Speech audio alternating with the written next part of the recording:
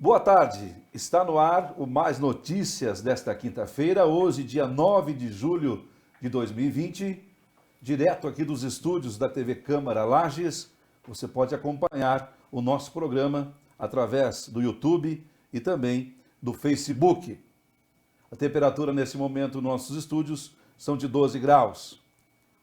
E o Mais Notícias desta quinta-feira vai falar sobre eleições 2020. Vamos falar nesse momento que o nosso convidado, Gilmar Duarte, chefe da 21ª Zona Eleitoral de Lages, que vai falar para nós como vai ser as eleições 2020.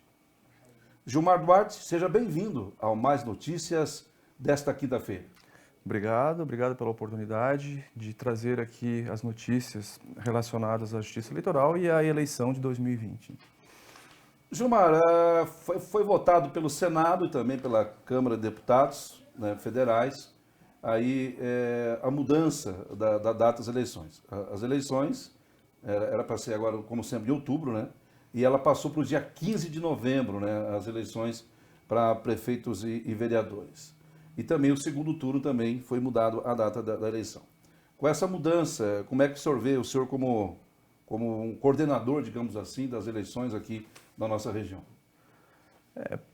Em termos de logística, para a Justiça Eleitoral, não há grandes alterações, né? Nós estávamos trabalhando já, o nosso projeto já estava sendo tocado, vislumbrando a data de 4 de outubro, então estamos com todas as atividades relacionadas ao pleito eleitoral em dia, né? Do ponto de vista de logística e de organização, não altera em nada, né? A Justiça Eleitoral já estava se preparando e continua se preparando. Vamos apenas postergar por mais 42 dias, né, a questão do prazo da eleição. Nós temos alguns outros problemas relacionados à eleição, né, porque é um evento que, por sua própria natureza, ela já exige formação de aglomerações, então esses aspectos nós estamos ainda trabalhando da melhor forma possível, né, tendo em vista a questão da pandemia que está aí presente nos dias de hoje. Ô Gilmar, com a mudança aí dessa eleição, como é que fica aí a situação dos partidos? Como é que é feito aí a composição? Até quando que os partidos podem registrar aí as suas chapas para poder disputar a eleição? Porque antes tem que fazer ali, né, aquela reunião entre os partidos para definir os seus candidatos. Então, a questão das convenções partidárias, que é o primeiro grande evento relacionado à eleição, agora, né, estava previsto para ter início já no próximo dia 20 de julho e com a alteração, então, terá início no dia 31 de agosto. E a legislação, a PEC 107, que foi promulgada pelo Congresso Nacional, prevê as datas de 31 de agosto até o dia 17 de setembro para a realização dessas convenções, né? Após isso, então, os partidos políticos terão até o dia 26 de setembro para apresentar os registros dos seus candidatos à Justiça Eleitoral. É interessante, né? Agora, então, daí define-se quem vai ser os candidatos. Lembrando que este ano não tem, né, nas eleições para prefeito ainda tem as composições, mas para vereadora a eleição o partido vai sozinho para a campanha. Exatamente. É a primeira experiência, né, que nós temos depois de tanto tempo em que o partido, na eleição proporcional, que nós chamamos, que é a eleição para vereador, ele terá que concorrer com chapa pura, né? Não será mais possível a coligação com outros partidos na eleição proporcional. A medida ela tem como finalidade enxugar um pouco, né, o número de partidos políticos que nós temos hoje no Brasil, né? Para você ter uma ideia, Reginaldo, nós temos hoje no Brasil mais de 35 partidos aptos a disputar a eleição, né? Me parece que são muito partidos, né? Não temos tantos correntes de pensamentos diferentes assim na sociedade para justificar um número tão grande assim de partidos. Evidentemente que aquele partido que vai disputar a eleição pela primeira vez de forma isolada e que não obtiver um bom desempenho, a tendência é que ele venha a ser extinto, né? Interessante, né? Muitos partidos, na verdade, né? 35 partidos. No dia da eleição, o Gilmar, o horário, como é que vai funcionar? O pessoal estava falando que podia ali por exemplo, as eleições geralmente encerram-se às 17 horas, né? Foi falado até que as eleições, devido aí ao coronavírus, a pandemia que nós estamos vivendo hoje, ela poderia seguir até às 19 horas. Tem uma informação sobre isso? Esse uma providência que o TSE ainda não deliberou sobre isso, mas existe sim essa possibilidade, né? Estamos avaliando o quadro. É claro que trabalhamos com a perspectiva de um cenário melhor lá em novembro, né, para realizar as eleições. Mas dependendo de como a situação vai estar, é possível que a Justiça Eleitoral, por meio de uma resolução, estenda um pouco mais esse prazo, que hoje é das 8 às 17 horas, né, podendo ser estendido até às 20 horas eventualmente. Sobre o quociente de votos, como é que ficaria a eleição para vereador aqui em Lages? Qual é o número de candidatos que cada partido deve ter para poder registrar aí a sua chapa, principalmente para vereadores? Aqui em Lages, considerando que nós temos 16 vagas em disputa na Câmara de Vereadores, né, cada partido pode escrever até 24 candidatos. Sempre é importante lembrar que 30% tem que ser de um sexo, 70% de outro sexo, né? Se o partido não conseguir completar a chapa, ele pode, evidentemente, disputar com menos candidatos, mas sempre observando essa proporção de 30 a 70, porque caso não seja cumprida essa proporção, a Justiça Eleitoral vai rejeitar toda a chapa, né? Não existe mais aquela possibilidade de o partido sanar esse problema durante o processo eleitoral, como tinha em outras eleições. Hoje já tem que apresentar a chapa completa, com esses percentuais já definidos, 30% e 70%, sob pena de indeferimento de toda a chapa. Então quer dizer, se algum partido quiser aí colocar 14, 15 candidatos, ele pode colocar. Ele não precisa colocar os 24, desde que coloque, como o senhor falou aí, o número correto ali da parte feminina, né, que precisa ali, é o 30%, né? Na verdade, não é feminina, né? É de um sexo e de outro. Pode ser 30% de homens, 70% de mulheres, ou vice-versa, né? 30% de mulheres, 30% de homens. Tem que observar esse limite, né? Independentemente do número de candidatos. O limite máximo é 24, mas o partido pode escrever, por exemplo, dois candidatos, né? Um do sexo masculino, do sexo feminino, que estará cumprindo com a legislação. Vamos falar agora, Gilmar, o que pode e o que não pode aí nas eleições de 2020. Por exemplo, como ficará os candidatos, como é que eles poderão trabalhar, principalmente nas redes sociais? Então, a rede social me parece que será o instrumento mais utilizado nessa eleição, né? Até porque teremos uma campanha diferente, aquele corpo a corpo que nós estávamos acostumados possivelmente não vai ser viabilizado por conta da pandemia, né? Tendo em vista que possivelmente o eleitor vai ficar até com receio até de pegar o material impresso do próprio candidato. Então, me parece que a internet será o meio mais utilizado. A internet, ela utiliza ali vários... o regramento é bastante amplo, né, em relação ao que pode e o que não pode. Mas, assim, eu posso adiantar que é possível, por exemplo, o candidato fazer propaganda na sua página pessoal ou na do partido, sendo que deve constar sempre expressamente que se trata de propaganda eleitoral. Um detalhe importante que é a contrapropaganda, ela está vedada, né? Aquela propaganda negativa do seu adversário. Isso existe hoje sanções previstas na legislação. O impulsionamento de propaganda eleitoral em algumas circunstâncias está permitido para essa eleição. Então, assim, o regramento é bastante amplo, né? E temos que analisar caso a caso. Pretendemos, nos próximos dias, realizar reuniões com os partidos políticos, de forma virtual, com a imprensa, com os partidos políticos, para estabelecermos, né, de uma forma mais abrangente essa questão do regramento em relação à propaganda na internet. No caso, eles poderão usar ali o Facebook, vão poder usar o Instagram, YouTube, não sei se o YouTube libera, mas assim, ó, eu digo assim, enquanto o valor pago tem um limite que o candidato pode gastar, por exemplo, para ele gastar nas suas redes sociais, como é que funciona? Não, na internet qualquer tipo de propaganda eleitoral paga é proibido, né? Não pode ter propaganda eleitoral paga na internet. A internet tem que ser sempre propaganda no próprio perfil do candidato ou do partido político. Qualquer propaganda eleitoral paga é irregular e passível de sanção. Interessante. Então, se a pessoa... Mas no Facebook dele, ele pode usar ali a página dele para divulgar o trabalho dele? Pode divulgar, desde que faça constar expressamente que se trata de propaganda eleitoral. Certo, certo. E sem o mecanismo do impulsionamento se for na página pessoal, né? Na página do candidato, como candidato, pessoa jurídica, aí sim é possível o impulsionamento dentro de um limite estabelecido pela lei. Aquele caso que o senhor falou agora, por exemplo, o candidato ir lá falar mal do outro candidato, como o senhor falou, isso não pode. Não, isso é chamada contra-propaganda, né? Isso existe disposição expressa na lei hoje que pode ser punido. Claro que aí não entra a questão da opinião, né? Da manifestação da opinião, posicionamento político, posicionamento ideológico, mas aquela ofensa, aquele falar diretamente em relação, de forma contrária em relação a determinada pessoa, isso existe hoje um regramento que está vedado pela legislação. Por exemplo, no nosso caso, por exemplo, eu não sou candidato, né? Mas eu me simpatizo com um colega meu que é candidato. Na minha página pessoal do Facebook, Instagram, eu posso ali compartilhar esse meu candidato?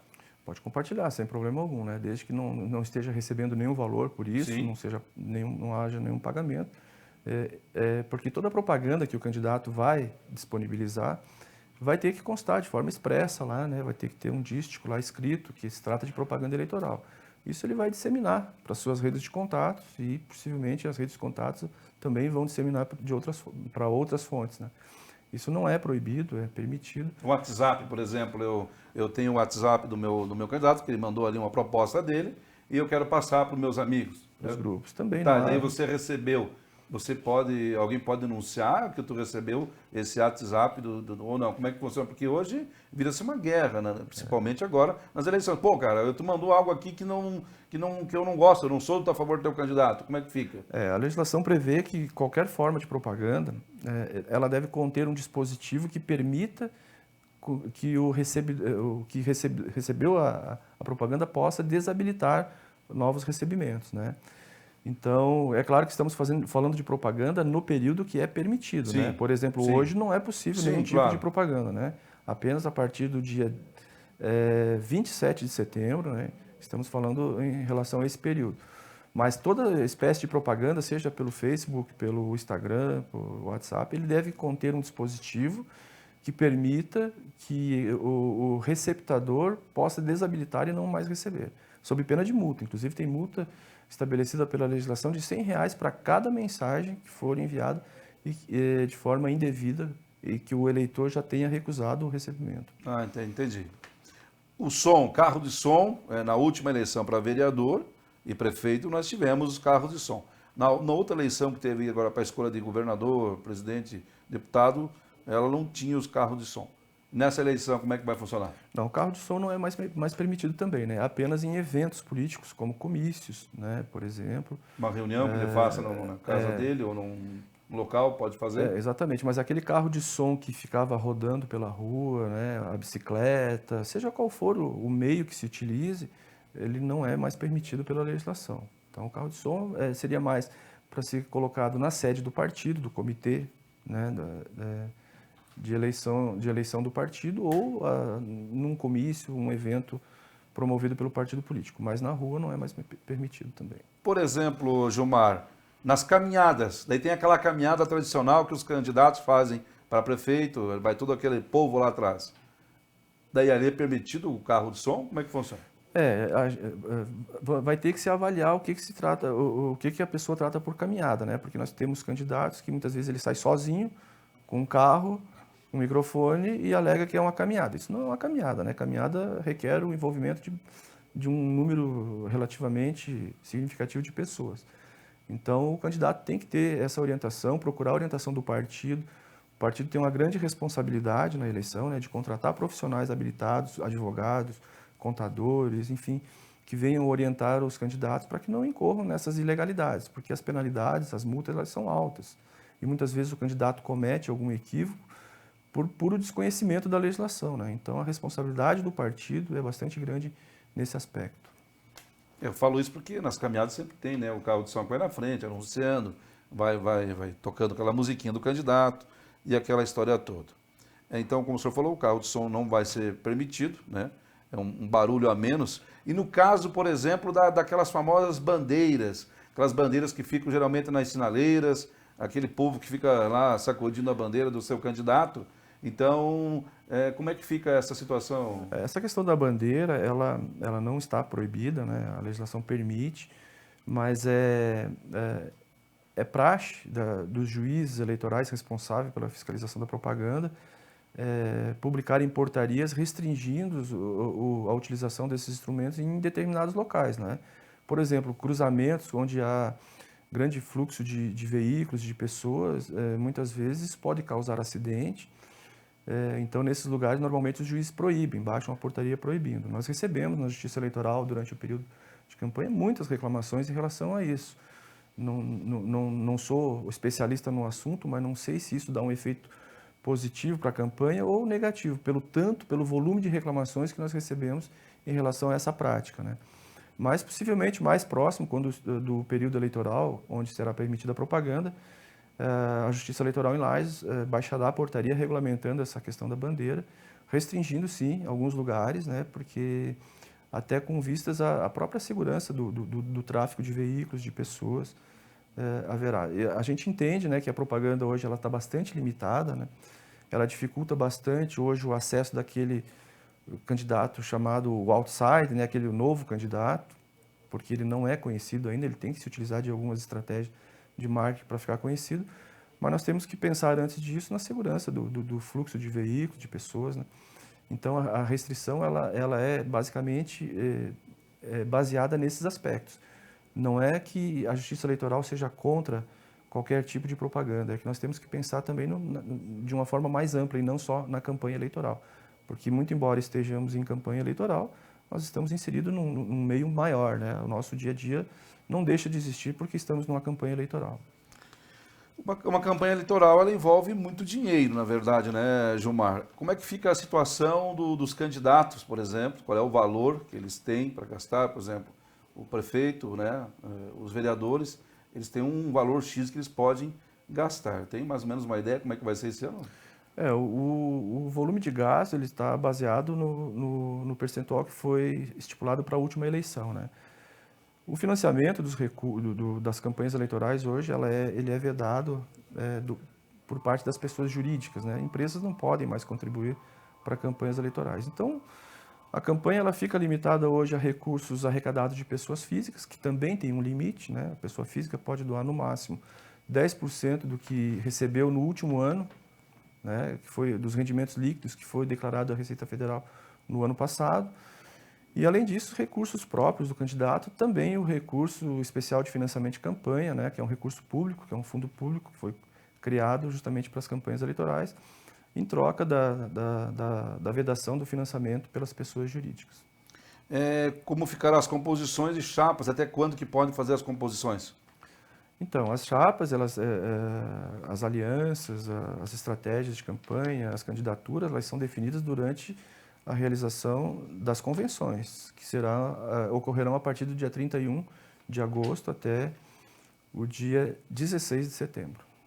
É nesse período que se delibera, né? E a inscrição daí é quando que se escreve essa chapa no tribunal? Então, a partir do dia 17 de setembro até o dia 26 é o período que os partidos têm para encaminhar à Justiça Eleitoral, né, todos os processos que envolvem os candidatos, para que a gente possa aí formalizar essas candidaturas, né?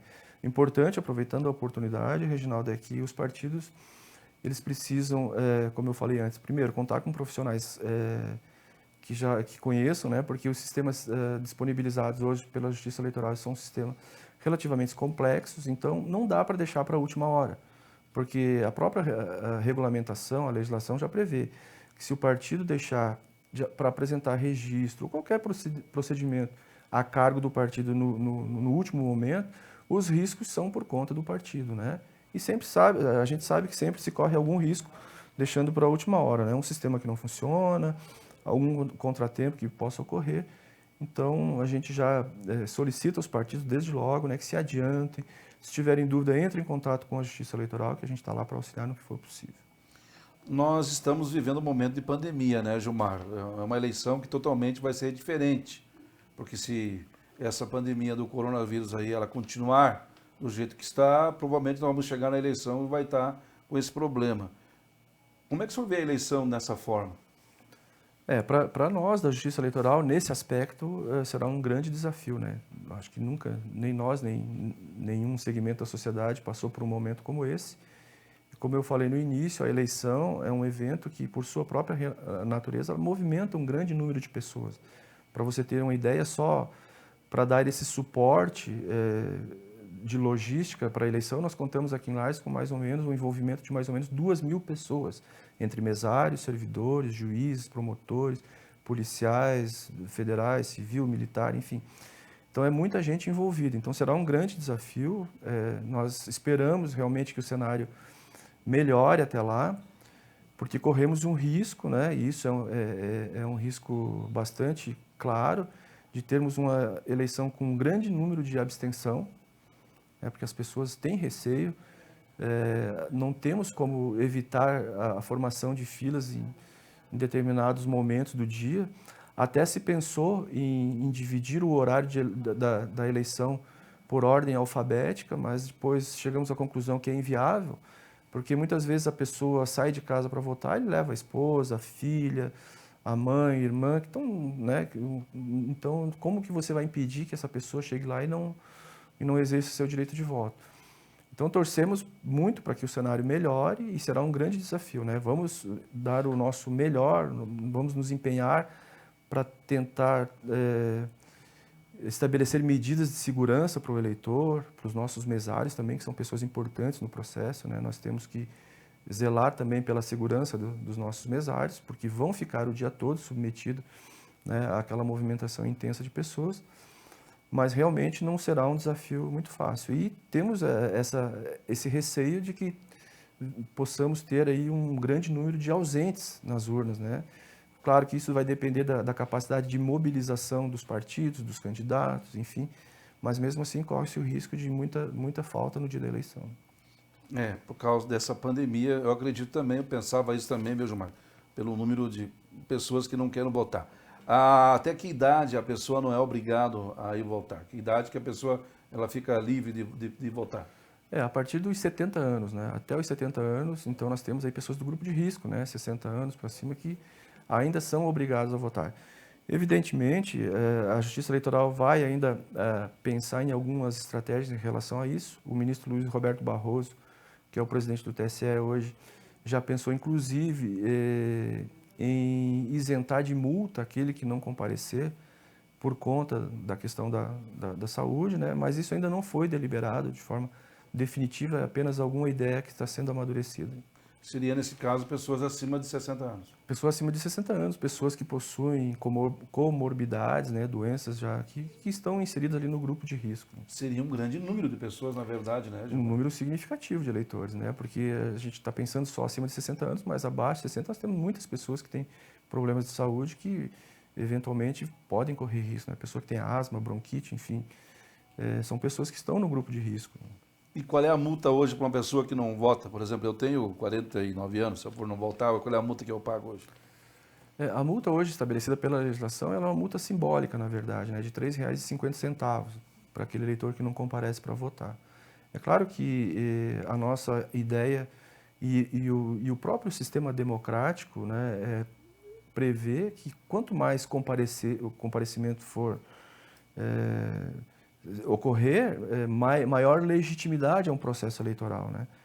Porque, para você ter uma ideia, num município como Lages, por exemplo, um prefeito é eleito com em torno de 35% de votos dos que compareceram, não são dos eleitores nem dos habitantes, né? Então, isso eventualmente pode gerar uma crise de representatividade. 30% dos que compareceram está longe de ser 30% do corpo de eleitores que nós temos e também do número de habitantes. Então, quanto mais pessoas comparecerem, maior legitimidade ao processo eleitoral. Na nossa região aqui da Mures, quanto que é o número de eleitores aqui da nossa região? Na Mures e também em Lages. Aqui nós trabalhamos em Lages, não é, a nossa divisão geográfica não corresponde a toda a Mures, né? Nós trabalhamos com 8 municípios aqui, nas 3 zonas eleitorais de Lages, e esses 8 municípios nós temos em torno aí de 170 mil eleitores. E Lages dá quantos eleitores? Lages, na última eleição, nós girava em torno de 123 mil eleitores. Compareceram em torno de quanto? 90 mil. 90 mil. Nossa, um grande Déficit de 30 mil praticamente? Né? De votos válidos, 90 mil, Sim. né? Porque assim nós temos aquele percentual de abstenção, aquelas pessoas que não comparecem por um motivo ou por outro, e também temos aquele percentual de pessoas que comparecem, voto branco, voto nulo. E como a Justiça Eleitoral, né, a contabilização dos votos é feita só com base em votos válidos, que é aquele voto dado para a pessoa ou para o partido, acaba que fica girando em torno de 90, 95 mil o número de votos válidos na região. É um grande número de pessoas que não votam, na verdade, né? Quando é que começam as propagandas políticas no rádio e televisão? No rádio e na televisão, agora com a alteração do calendário eleitoral, terá início a partir do dia 9 de outubro. 9 de outubro, encerrando-se? Encerra na quinta-feira anterior à data da eleição, né? No domingo. Eu não me recordo agora o dia certinho, mas é na quinta-feira que antecede o dia 15 de novembro. 15 de novembro. 15 de novembro que é um feriado, né? Então a eleição, no caso, eu não sei a nossa data, 15 de novembro, não cai no final de semana. Eu acho que vai cair no domingo. Vai cair no domingo, ainda. Então, porque cairia daí num feriado. No feriado. Interessante. E as cidades que tem segundo turno, daí é dia 29? Dia 29 de novembro. Dia 29 de novembro. Municípios aqui em Santa Catarina nós temos Blumenau, Florianópolis e Joinville. Que não veio o caso aqui na nossa região. Como falamos aqui, a majoritária pode compor com outros partidos, né? A majoritária, sim. Que não tem problema nenhum. Não há problema nenhum. Nós já falamos aqui que quem não é obrigatório votar é pessoas hoje acima de 70 anos e alguém também que possa justificar depois o seu voto, pessoas que estejam nos hospitais, pode estar internada a pessoa, né? Em viagem ela tem aquele negócio que ela pode fazer, ela pode chegar em qualquer outro lugar para fazer a justificativa dela? Sim, aquele eleitor que está impossibilitado de votar no dia da eleição mesmo, ele tem duas opções para a justificativa. Fazer no próprio dia, que é o mais adequado, porque ele não precisa apresentar nenhuma justificativa, basta ele preencher um formulário e depositar em qualquer sessão eleitoral do Brasil, né, em qualquer local que ele estiver, tiver uma urna eletrônica, ele preenche um formulário e deposita lá. Ou ele tem 60 dias após a eleição para apresentar no cartório onde ele vota. Mas aí ele vai ter que apresentar documentos comprovando o porquê de que ele não compareceu para votar. Então a gente recomenda sempre, se você não puder votar no dia da eleição, tente fazer a justificativa no próprio dia da eleição. Vá em qualquer sessão eleitoral, preencha o formulário, que você já estará desincumbido dessa tarefa. Isento de pagar uma multa e também depois sofrer algumas sanções, que a pessoa não pode participar do concurso público, ela sofre um monte de Sim, condição, a falta né? de quitação eleitoral ela gera muitos transtornos na vida da pessoa, né? Tirar passaporte, abrir conta em banco público, fazer financiamento bancário, tomar posse em cargo público, fazer colar grau na faculdade, enfim, tem várias situações que por falta da quitação eleitoral. É interessante isso. Até que dia que pode transferir o título de eleitor? Então, o prazo para transferência de título ou para tirar o título pela primeira vez, ele já venceu esse ano, né? Todos aqueles prazos que já tinham vencido na data da promulgação da emenda constitucional, eles foram mantidos. Apenas aqueles que não tinham vencido ainda que foram prorrogados pela emenda constitucional número 107. E o prazo para tirar título, fazer transferência, ou enfim, qualquer procedimento relacionado ao título, ele venceu no dia 6 de maio. Então, qualquer procedimento hoje que você precise fazer no seu título, só depois de encerrado o segundo turno da eleição. A Justiça Eleitoral, por força de lei, né, é a lei que estabelece isso, não pode fazer qualquer novo título, transferência ou alteração de dados antes do segundo turno da eleição. Como o candidato é liberado para a eleição, digo, ficha limpa, por exemplo, como é que é feito isso aí? Esse é um processo bastante complexo, né?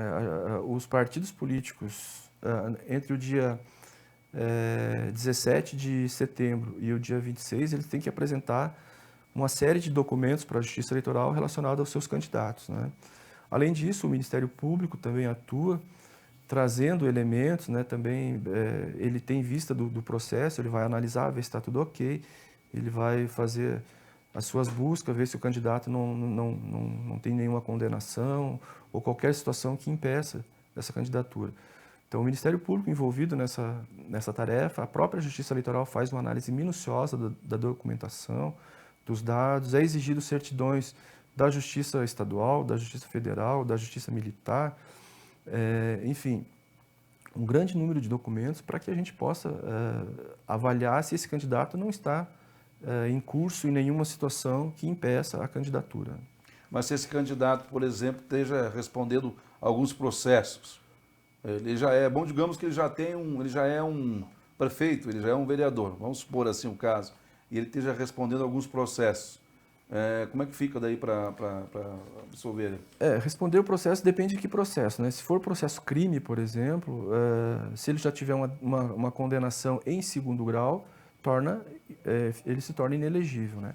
Mas enquanto não tivermos uma condenação definitiva, ou seja, aquela que não cabe mais recurso, ou pelo menos de segundo grau, não há o impedimento, a legislação não impede que ele seja candidato. Poderá eventualmente lá na frente ter problemas, né?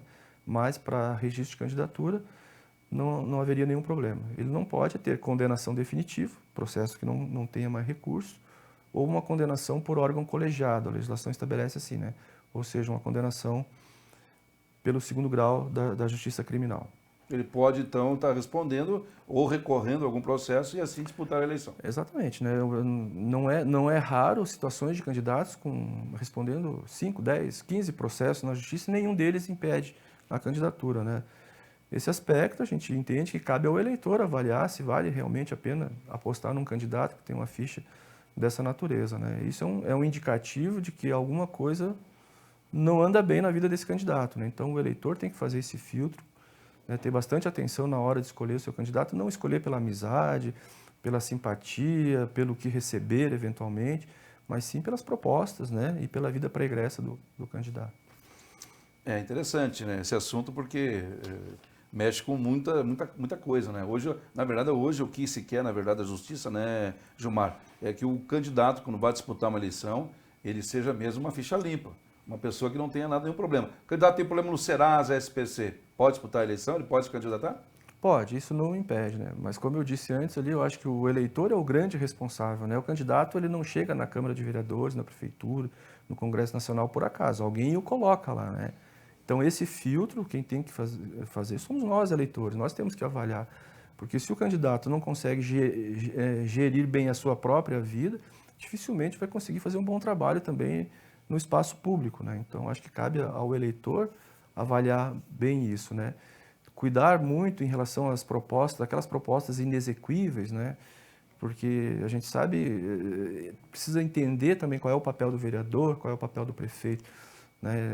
Algumas coisas o candidato a vereador não tem como fazer, né? Não depende dele, né? Então temos que ter bastante cuidado com essas propostas também. É interessante. E como o senhor falou, tem que analisar bem o seu candidato para ver a situação dele, na verdade, como está a situação dele na vida dele, como está seguindo a conduta dele. Gilmar, mais alguma colocação para falar para a gente? Alguma coisa que a gente não perguntou para o senhor aqui? Eu acho que assim, mais de natureza operacional mesmo, eu gostaria de aproveitar a grande audiência que a TV Câmara tem e avisar os nossos eleitores que, como teremos um processo eleitoral um pouco diferente esse ano, gostaríamos muito e precisamos muito contar com o apoio dos voluntários que sempre nos ajudam no trabalho eleitoral, atuando como mesários, né? Então precisamos muito, dessa vez mais do que nunca, né? Porque nós temos muitos mesários que são voluntários, trabalham conosco há anos, mas estão inseridos hoje no grupo de risco. Vamos procurar não convocá-los, né? Então precisamos substituir essa força de colaboração que a gente tem durante a eleição e pedir para quem está nos ouvindo, né, que tem interesse em colaborar com o seu país, deixando bem claro que a Justiça Eleitoral não trabalha para partido político, não trabalha para corrente ideológica, não temos partido, não temos candidato, nós trabalhamos para o Brasil, né? Nós queremos proporcionar ao eleitor as melhores condições possíveis para que ele possa escolher seus candidatos. Então, conclamar essas pessoas que têm interesse, né, e que não estão no grupo de risco, que entrem em contato com a Justiça Eleitoral e venham nos ajudar e venham ajudar o seu país, a sua cidade a realizar essa eleição que, bem sabemos, né, será uma eleição bastante difícil. Como é que é feita a escolha para a pessoa trabalhar na eleição? Como é que é? Por exemplo, eu fui escolhido para trabalhar. Como é que é feita essa escolha? A gente precisa de um perfil determinado, Reginaldo. Nós precisamos de pessoas que estejam numa faixa de idade, né? Normalmente nós escolhemos entre 18 e 60 anos, para não pegar... Porque normalmente essas pessoas que já estão com uma idade um pouco mais avançada já trabalharam muitas vezes, então procuramos dispensá-los, né? Precisamos também de um certo grau de escolaridade. A gente prefere convocar servidores públicos, por exemplo, que não teriam problemas, porque a lei estabelece que para cada dia prestado de serviço para a Justiça Eleitoral, ele tem direito a 2 dias de folga no trabalho, né? E o servidor público ele tem mais facilidade para gozar esses 2 dias de folga. Então a gente prefere sempre servidor público, mas não temos servidores públicos suficientes, números suficientes para atuar em todas as sessões.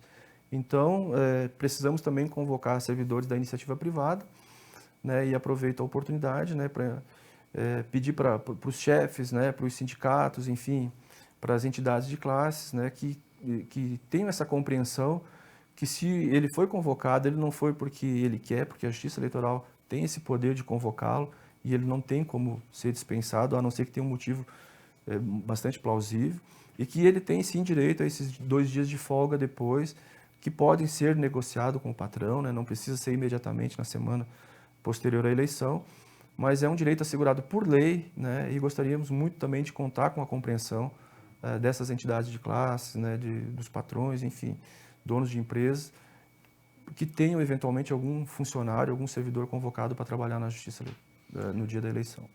Ô Gilmar, chegou aqui uma pergunta aqui para o senhor, tudo boa tarde. Ele diz assim, pergunta ao Gilmar como a Justiça Eleitoral está verificando a questão dos candidatos que vão divulgar na campanha, que vão abrir mão dos seus subsídios dos vereadores ou parte dele, conforme foi aprovado na Câmara de Vereadores. Não, a gente ainda não... Um primeiro ponto que nós temos que compreender é que a gente ainda não trabalha com a figura do candidato, né? Para a Justiça Eleitoral só é considerado candidato aquele que apresentou o pedido de registro. E até agora nós não temos nenhum pedido de registro, até porque não está no prazo ainda. Então a gente não trabalha com essa figura de pré-candidato, nós trabalhamos apenas com o candidato. Essa questão me parece que é uma questão mais interna da Câmara do que propriamente de competência da Justiça Eleitoral, né? A Justiça Eleitoral não tem poder para atuar nessa esfera. É uma questão interna corporis, né, da própria Câmara de Vereadores, que não é de competência da Justiça Eleitoral decidir sobre isso.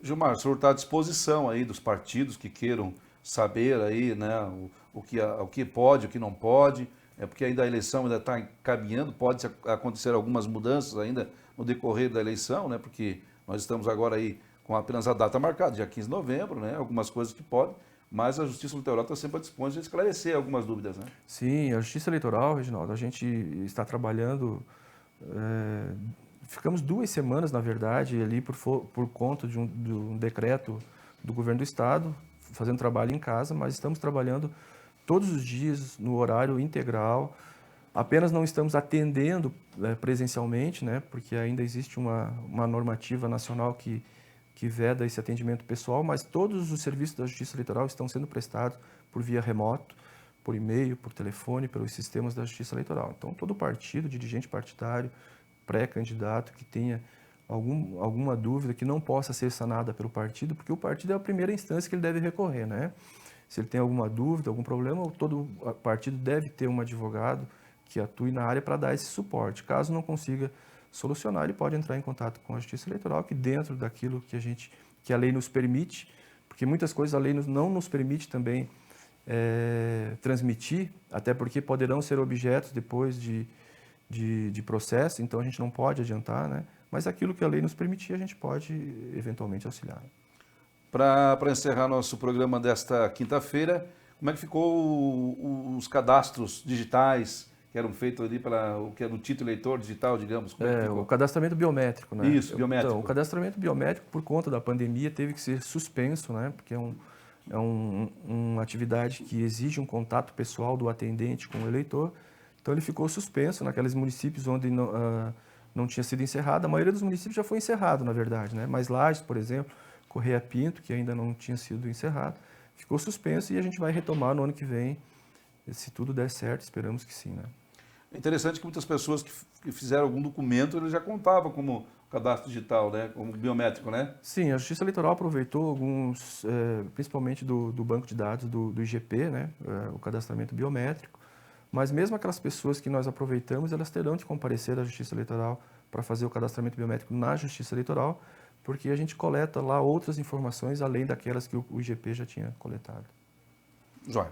Gilmar, quero te agradecer mais uma vez, você sempre atendendo aqui a nossa TV Câmara, também a nossa rede aqui da Câmara de Vereadores do município de Lages, sempre o senhor esteve participando conosco, e agradecemos mais uma vez sua presença, e com certeza, aí nós, a TV Câmara, e também da Câmara de Vereadores de Lages, vamos estar aí, provavelmente mais alguma vez, procurando o seu esclarecimento, o seu trabalho, para trazer para a nossa população. Eu que agradeço a oportunidade, né, porque a gente sempre tem muitas informações para transmitir para os nossos eleitores e é importante esse trabalho conjunto, esse apoio que nós sempre recebemos da Câmara de Vereadores de Lages. Tá ok. Conversamos nessa tarde no Mais Notícia dessa quinta-feira pela TV Câmara com o nosso amigo Gilmar Duarte, ele que é da 21ª Zona Eleitoral, chefe, e a gente agradece a sua presença. E o Mais Notícias volta amanhã, a partir das 15 horas, trazendo mais uma informação para você, amigo, para você, amiga, que está sempre ligado aqui com a TV Câmara de Lages. Tenham todos uma boa tarde e a gente volta amanhã, se Deus quiser.